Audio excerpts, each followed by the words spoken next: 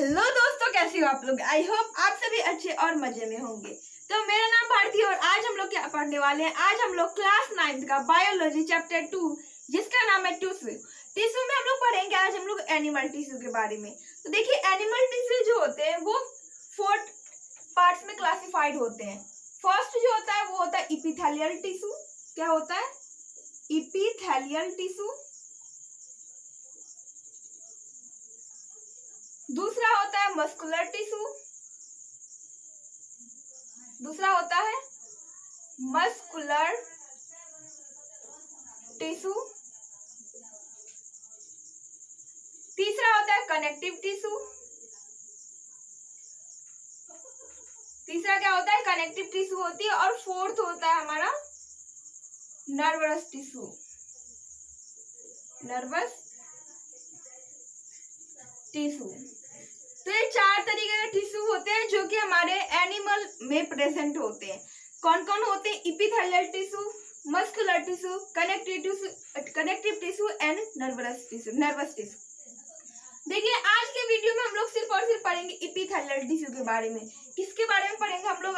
Epithelial tissue के बारे में।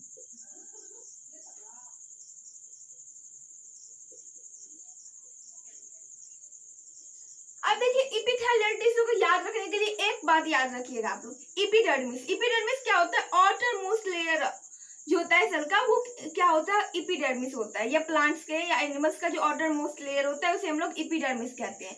तो इपिडर्मिस इपिथेलियल कुछ वैसा ही होता है। अब देखिए, ये जो इपिथेलियल टिश्यू होते हैं तो उसकी क्या क्या फीचर्स है। तो इसका पहला फीचर्स है कि इसमें इंटरसेलुलर स्पेस नहीं होता है। मतलब कि वो जो सेल होते हैं वो सेल बहुत ही ज्यादा टाइटली पैक होते हैं। मतलब उस बीच में गैप नहीं होता। अब जैसे देखो, ये सेल है तो ये सेल एकदम अच्छे से पैक रहता है। बीच में जो गैप रहते हैं वो इंटरसेलुलर स्पेस नहीं होता है। इंटरसेलुलर स्पेस इसमें नहीं होता है। ये क्या है? ये इंटरसेलुलर स्पेस है। और हमारी इपिथेलियल टिश्यू में इंटरसेलुलर स्पेस बिल्कुल भी नहीं होता है। इंटरसेलुलर स्पेस नहीं होता है, इसका मतलब क्या होता है? वो बहुत ही ज्यादा टाइटली पैक होता है। अब ये करता क्या है? तो ये करता है प्रोटेक्शन में, हम लोगों को हेल्प करता है। अब ये जो इपिथेलियल टिश्यू है ना, इसके भी बहुत सारे टाइप्स हैं। इसके भी क्या है? बहुत सारे टाइप्स हैं। देखिए, दो तरह, on the basis of layer, उसके लेयर के बेसिस पर, और दूसरा टाइप होता है on the basis of shape के बेसिस पर। तो सबसे पहले हम लोग पढ़ते हैं लेयर के बेसिस पर, on the basis of layer. On the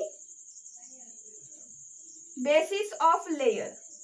layer का बेसिस पर कितने टाइप से होते हैं? इसके 2 टाइप से होते हैं। पहला होता है सिंपल इपिथेलियल, सिंपल इपिथेलियल, और दूसरा होता है हमारा स्ट्रेटिफाइड इपिथेलियल। क्या होता है? Stratified epithelial tissue. यहाँ पर भी टिश्यू। क्या होता है? सिंपल इपिथेलियल टिश्यू, और दूसरा होता है स्ट्रेटिफाइड इपिथेलियल टिश्यू। अब सिंपल इपिथेलियल टिश्यू में क्या होता है ना कि सिर्फ इसके ऊपर एक ही लेयर होती है। सपोज ये क्या है? ये हमारा सेल है, एक ही लेयर होती है सेल की। ये क्या हो गया? एक ही लेयर होती है सेल की। वो हो गया सिंपल इपिथेलियल टिश्यू। और स्ट्रेटिफाइड टिश्यू में क्या होता है? इसमें बहुत सारे लेयर होते हैं। अब जैसे देखो, ये सेल है तो ये इसकी एक लेयर हो गई, इसके ऊपर वापस एक लेयर होती है, इसके ऊपर वापस एक लेयर होती है। ठीक है, तो ये क्या हो जाता है? हमारा स्ट्रेटिफाइड इपिथेलियल टिश्यू। पहला क्या होता है? सिंपल इपिथेलियल टिश्यू, जिसमें एक ही बस एक एक सेल रख दो, वो क्या हो गया? हमारा सिंपल इपिथेलियल टिश्यू। और दूसरा, उस पर बहुत सारे लेयर रहेंगे, वो क्या हो जाएंगे? Stratified epithelial tissue. देखिए, सिंपल इपिथेलियल टिश्यू को समझने के लिए एक एग्जांपल लेते हैं। जैसे देखिए, हम लोग का घर जो नीचे से प्लास्टर होता है ना, फ्लोर को हम लोग प्लास्टर करते हैं ना, तो इसमें क्या होता है कि मिट्टी रहती है। मिट्टी के ऊपर हम लोग बस एक ईंटा रख के उसके ऊपर से सीमेंट डाल के प्लास्टर कर देते हैं। तो वो क्या हो गया? हमारा सिंपल इपिथेलियल टिश्यू हो गया। और वही जब दीवार बनती है तो दीवार बहुत सारी ईंट एक के ऊपर हम लोग रखते जाते हैं, तो वो क्या हो गया? Stratified epithelial tissue. ये क्या है? बस एक एग्जांपल के लिए था। ठीक है, अब दूसरा, ऑन द बेसिस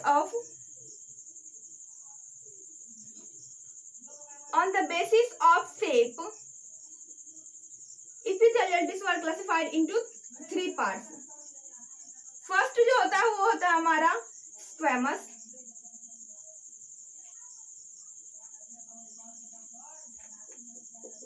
दूसरा होता है हमारा क्यूबॉइडल, तीसरा होता है हमारा कॉलुमनर। स्क्वैमस, क्यूबॉइडल और कॉलुमनर क्या होता है इसको भी हम लोग अभी डिटेल में समझेंगे। तो देखिए स्क्वैमस जो होती है ना वो फ्लैट होती है, फ्लैट होते हैं। क्या होता है? फ्लैट होता है। और क्या होता है? ये थिन होती है, फ्लैट एंड थिन होती है, ये बहुत ही पतली होती है। अब टाइल्स देख लो, एग्जांपल में क्या लिख सकते हैं हम लोग, जस्ट लाइक टाइल्स। टाइल्स क्या होता है कि टाइल्स एकदम प्लेन होता है ना, फ्लैट होता है, वो बहुत बड़ी बड़ी टाइल्स जो लगी होती है घर में, तो वैसा ही वो टाइल्स रहती है। अब टाइल्स तो मोटा होता है रियलिटी में, बट ये जो हमारा स्क्वैमस टिश्यू होती है ये बहुत ही ज्यादा पतली होती है और ये क्या होती है एकदम टाइल्स की तरह फ्लैट होती है। तो उसे हम लोग क्या कहते हैं? Squamous tissue. Just like this, देखो ये होती है, इसका कोई शेप होता है, अलग अलग तरीके का शेप होता है। और ये क्या है? ये हमारा फ्लैट एपिथेलियल टिश्यू। ये समझो ये प्लेट है और प्लेट के ऊपर में वो एपिथेलियल टिश्यू रखी हुई।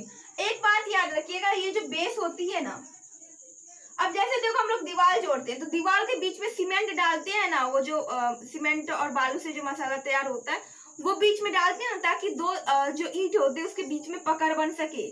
तो वो वैसा ही सीमेंटिंग मटेरियल होता है। सेल के बीच में भी सीमेंटिंग मटेरियल दिया रहता है। और नीचे में जैसे देखो मैं बोली कि एक लेयर होता है, उससे सिंपल एपिथेलियल टिश्यू कहते हैं। तो एक लेयर किस चीज पे रहती है? बेसमेंट होता है, उसके ऊपर में रहती है। अब वो बेसमेंट सीमेंट से तो बनी होगी नहीं, हाँ, लेकिन सीमेंट कह सकते हैं, क्योंकि ये क्या किससे बनी रहती है? ये बनी रहती है प्रोटीन से, प्रोटीन एंड कार्बोहाइड्रेट कह सकते हैं, कार्बोहाइड्रेट। प्रोटीन ज्यादा होती है, कार्बोहाइड्रेट बहुत ही कम अमाउंट में प्रेजेंट होता है। और ये क्या होता है? ये भी एक सीमेंट की तरह काम करता है। ये भी दो सेल को चिपकाने के लिए इसका यूज किया जाता है। दो सेल को के बीच का जो पकड़ होता है उसको स्ट्रॉन्ग बनाने के लिए इस सीमेंटिंग मटेरियल का यूज किया जाता है। तो वही सीमेंटिंग मटेरियल क्या होता है, हर एक जो जैसे देखो ये सेल है तो सेल के नीचे में कुछ होगा तो वो क्या होता है हमारा, ये बेसमेंट होता है। तो देखिए ये फ्लैट लाइट जो होते हैं उसका काम क्या होता है? तो ये क्या करता है, बहुत ही ज्यादा पतली होती है। तो ये हमारा एल्वियोली, लंग्स में जो एल्वियोली होती है उसमें ये प्रेजेंट होता है। आप अपने मौत में जीभ को ना ऊपर में ऐसे टच करवाने की कोशिश करो तो वो क्या होता है ना, प्लेन टाइप का, एकदम प्लेन दिखता है, प्लेन होता है। आप खुद अभी टच करके देख लो, जीभ को ऊपर में टच करवाओ, एकदम प्लेन होता है वो। वहां पर भी क्या प्रेजेंट होता है? वहां पर भी हमारा स्क्वैमस टिश्यू ही, स्क्वैमस एपिथेलियल टिश्यू प्रेजेंट होते हैं। इसके अलावा कहाँ होता है? ऑइसोफेजस जो होता है ना, उसमें भी हमारा एपिथेलियल टिश्यू प्रेजेंट होते हैं। ठीक है, अब देखिए ये जो हमारा अल्वियोली होता है इसमें ना स्क्वैमस टिश्यू ये बहुत ही ज्यादा पतली होती है। तो ये एयर को, गैस को एक्सचेंज करने में क्या करती है? हेल्प करती है। ठीक है, और फिर इसका क्या है, इसका फंक्शन क्या होता है? तो इसका फंक्शन होता है वही प्रोटेक्ट करना, इंजुरी से प्रोटेक्ट करना हम लोगों को, एब्जॉर्प्शन में, सिक्रेशन में ये हेल्प करता है। उसके बाद दूसरा होता है क्यूबॉइडल। क्यूबॉइडल में से क्या याद आता है? क्यूब शेप का। ये क्यूब शेप का क्या होता है? सेल होती है जिसे हम लोग कहते हैं क्यूबॉइडल एपिथेलियल टिश्यू। इसमें क्या होता है ना, इसमें न्यूक्लियस जो होता है वो सेंटर में होता है। Nucleus are central located. Nucleus क्या होता है? सेंट्रल में होता है। अब इसका भी क्या काम है? इसका भी काम वही है, एब्जॉर्प्शन और प्रोटेक्शन करना। और उसके बाद होता है कॉलुमनार। कॉलुमनार क्या होता है? ये क्या होता है ना, पिलर लाइक स्ट्रक्चर होता है। अब देखो ये एकदम पूरा फ्लैट है, ये क्या है? क्यूब जैसा है। और इसमें क्या होती है? ये पिलर जैसा होती है, ऐसे करके कुछ ऐसा होती है, पिलर जैसा।